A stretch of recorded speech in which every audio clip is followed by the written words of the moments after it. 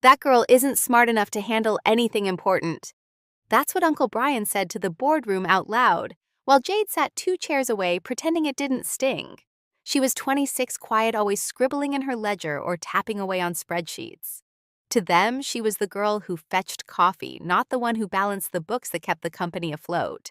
But what no one knew yet was that the quiet girl had found something big, something that could destroy everything they'd built.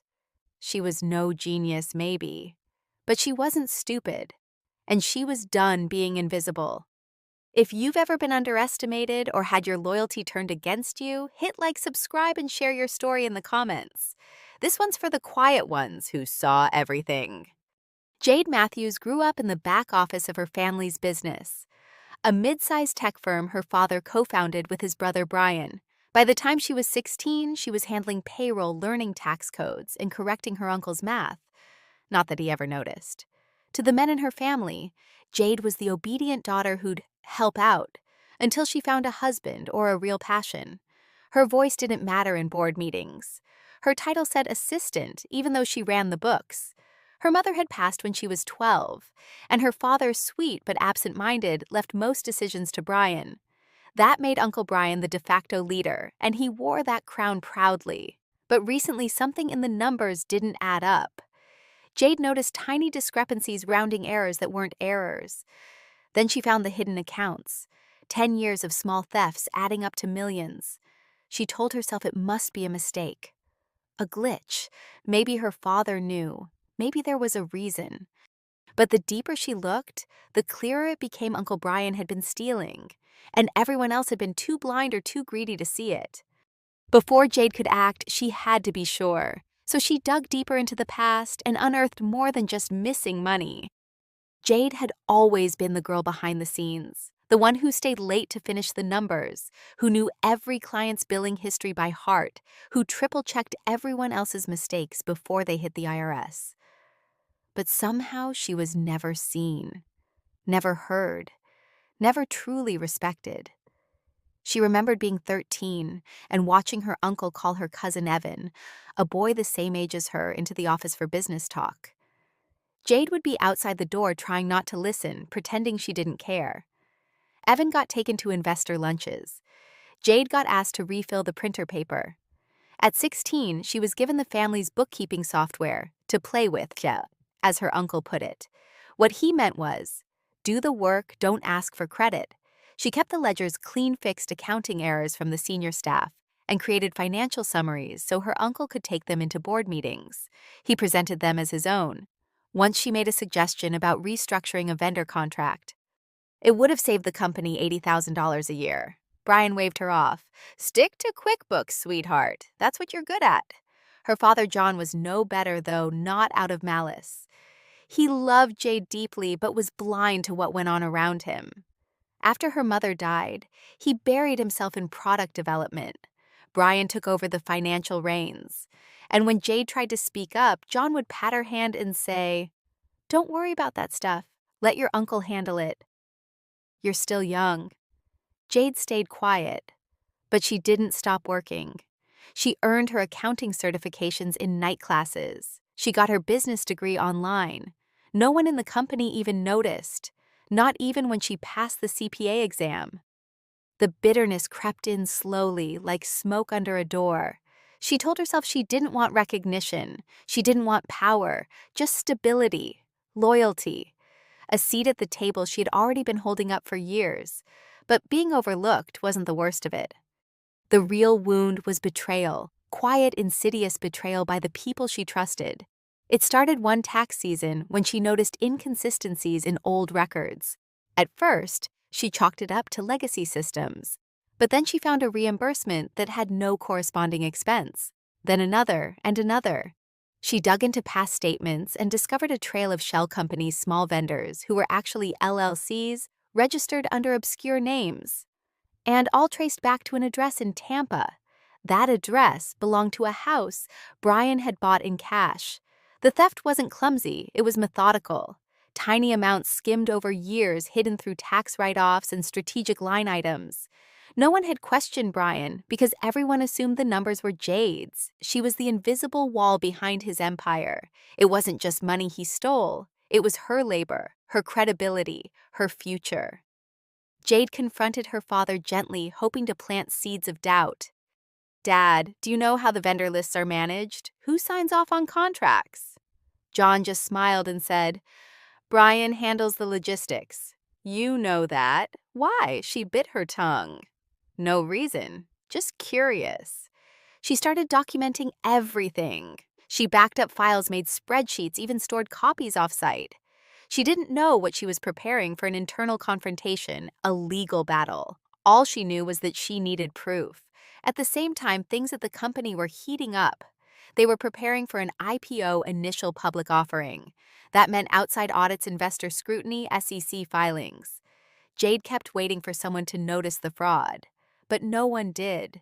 In meetings, Brian took more credit than ever. The financial team did excellent work, he'd say, with a smug smile, never looking at Jade. Worse, her cousin Evan, who barely knew how to use Excel, had just been promoted to vice president of strategy. Jade remained operations assistant. The final blow came during a leadership dinner. A major investor praised the clean books and asked who handled the finances. Brian raised his glass and said, "It's a group effort, but ultimately I keep a close eye. You can't leave things like this to interns or junior staff." He looked directly at Jade when he said it. She didn't cry. She didn't storm out. She just smiled politely and went home to finish compiling her report. A full forensic summary, timestamps, vendor trails, tax evasion, wire fraud. For 10 years, she'd stayed quiet. For 10 years, she let them believe she was small. But Jade had spent her entire life watching the numbers, and numbers never lied.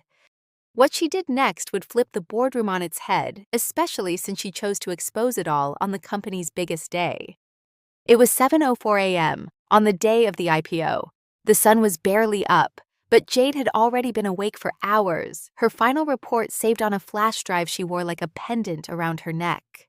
Her blazer felt tight around the shoulders, her hands a little colder than usual. She wasn't a naturally confrontational person, but this wasn't about confrontation. It was about justice. In just a few hours, Matthew Solutions would go public. Investors from both coasts were flying in. TV cameras would be set up in the lobby. Her father had been pacing nervously all morning, buzzing with excitement. Brian, he was basking in the glow like a man about to be crowned king. Jade walked into the conference room holding coffee cups like she always did. No one noticed her slip the envelope into the briefcase of the company's external auditor. Inside were detailed forensic findings, proof of nearly $7.6 million in embezzled funds, all connected to her Uncle Brian. At 9:17 a.m., just after the opening bell rang on Wall Street, the audit team paused the pre-launch presentation. "We need to address a potential issue before we proceed," the lead auditor said. Brian froze. So did everyone else. The room fell into a confused, buzzing silence. "We've received documentation this morning, very detailed, well-prepared, alleging financial misconduct. Going back several fiscal years, we're launching an immediate review." Jade didn't flinch. She didn't even look up. Brian laughed nervously. "That's got to be a mistake. Probably some old discrepancy. Our books are fine. My niece manages the financials." Jade, and that was the moment she did look up. Calm, direct, unflinching. "I didn't submit the report anonymously," she said. "I stand by everything in it."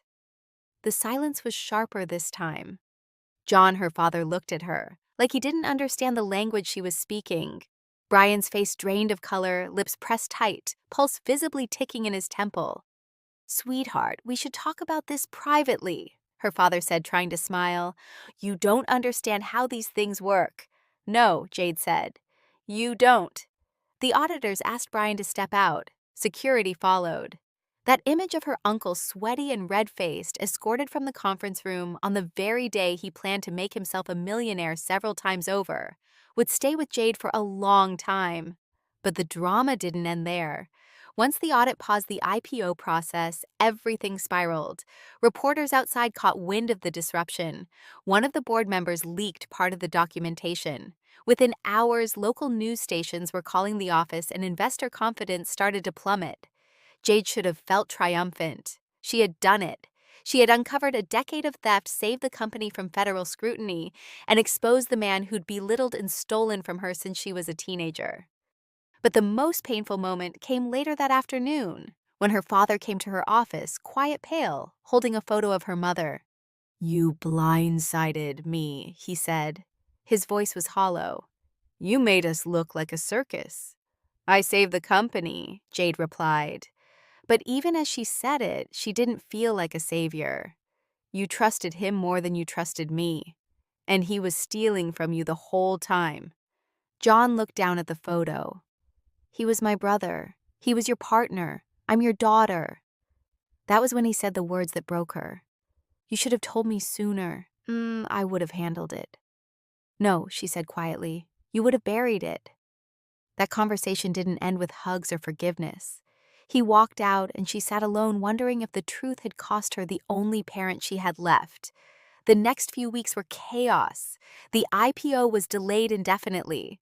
Brian was arrested for fraud wire transfers and tax evasion. His mugshot appeared on financial news networks for days. Some employees blamed Jade, calling her a traitor. Others quietly applauded her. The board offered her a promotion, chief financial officer. She declined. Instead, she asked for something bigger. "I want to be CEO," she said. They blinked at her like she was speaking Martian. "You've never led a Division I board member said.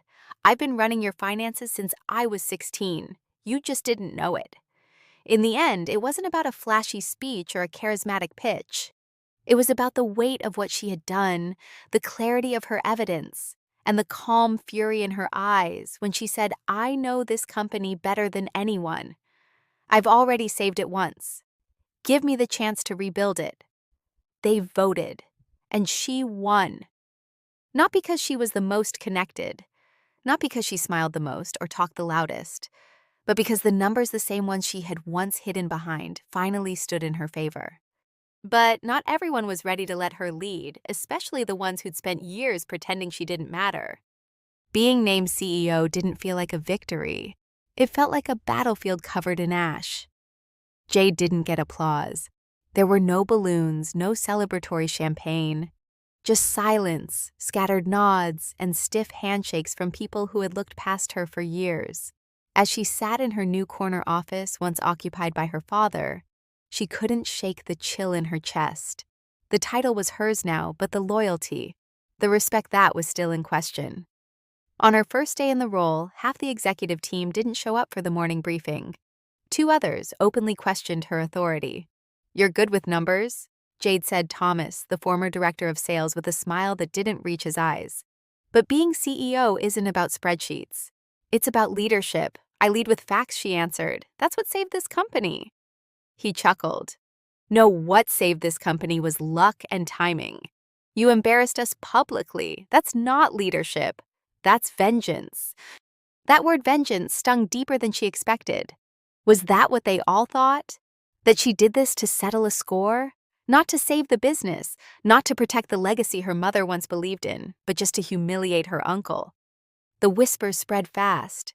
She heard them in the elevators, saw them in the slanted glances, at staff lunches, nepotism.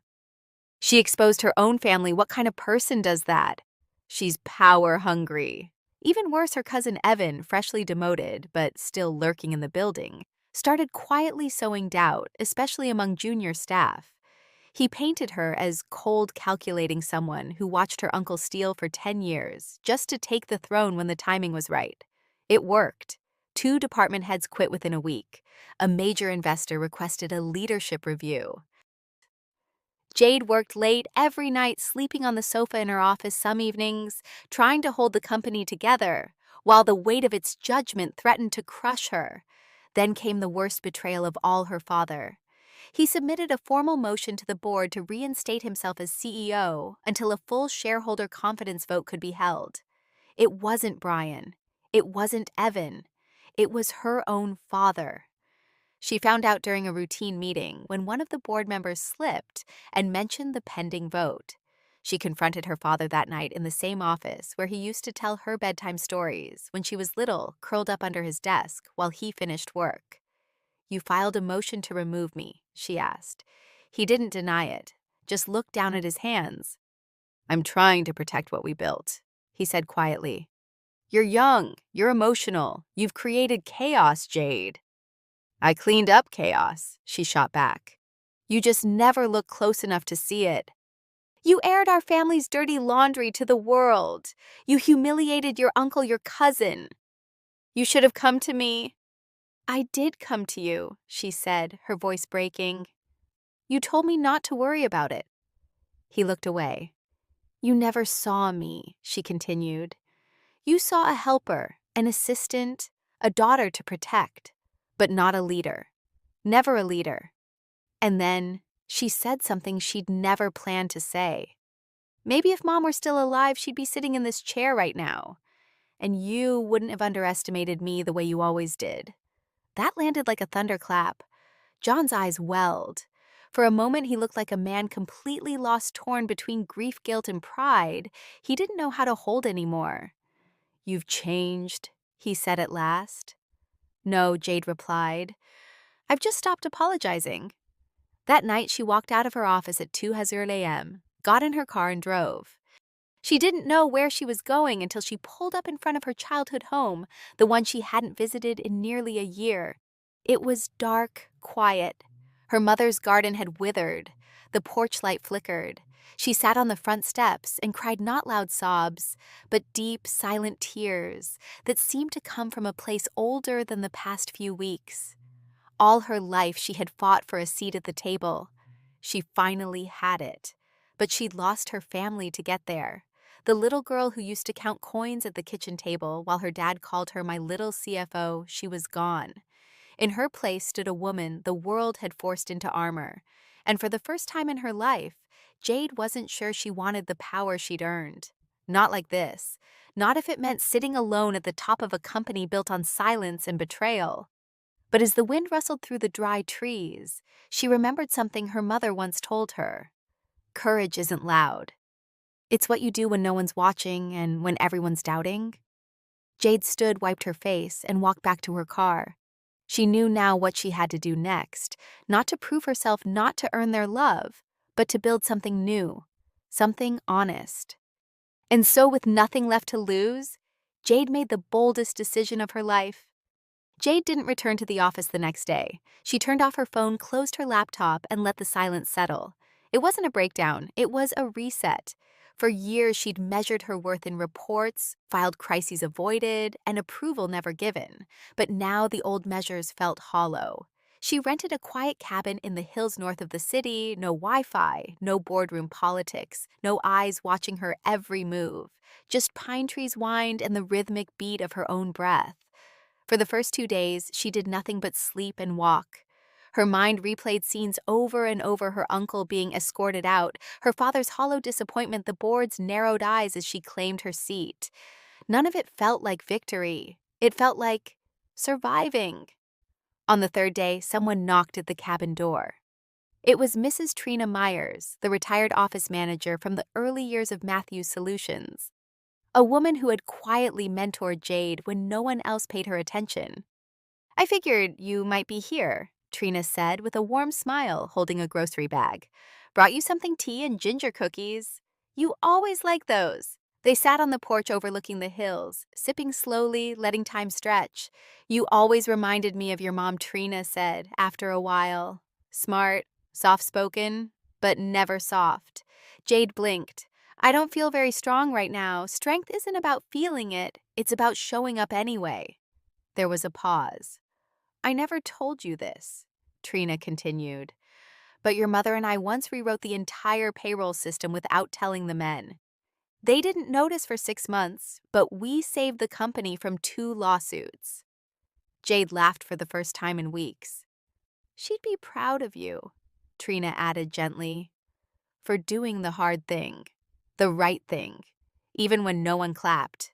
Jade swallowed hard. "I don't know if I want to keep fighting like this. Being CEO isn't what I imagined. It's politics, ego, damage control. It always is, Trina said. But the job's not the problem, honey. The way people have done it is. Jade looked out at the trees. The wind moved like a tide through the branches, steady and quiet. What if I don't want to lead like them? She whispered. Then don't, Trina said. Lead like you. Build something new. That night, Jade sat down with a pen and notepad, something she hadn't used in years. No spreadsheets, no budget breakdowns. Just her thoughts, her vision, her truth. She wrote for hours. Not a resignation, not a manifesto. A blueprint. She listed what she believed in financial transparency, employee equity, voices from every level of the company, not just the top. No more rewarding charm over competence. No more silence protecting corruption. And then she wrote one sentence that would guide her forward. I am not here to be liked. I am here to be honest and to lead with that honesty. The next morning, she showered, dressed, and drove back to the city. She didn't go to the board. She went straight to the staff. At an all-company town hall meeting, Jade stood under the harsh white lights and took a breath. I know some of you think I don't belong here, she began. I know some of you don't trust me. And that's okay. I'm not asking for blind loyalty. I'm asking for your partnership, your eyes, your minds, and your courage. She paused, scanning the room. There was no anger in her voice, just clarity. I'm not here because I played the game better. I'm here because I refuse to play it the way they taught me. And I believe we can build something better, together. The room was silent. Then slowly someone clapped, then another and another. It wasn't a standing ovation, but it was a beginning. After the meeting, Jade handed the board her new plan for structural reform, beginning with profit sharing and rotating leadership panels to give mid-level staff decision-making power. She knew it would be met with resistance, but she was ready now, not for battle, but for reconstruction. Later that night, her father called. I read your proposal, he said. It's bold, it's necessary, Jade replied. There was a long pause. I was wrong, about a lot of things. She didn't say anything. I don't expect forgiveness, but I want you to know I'm proud of you, and I'm stepping down from the board.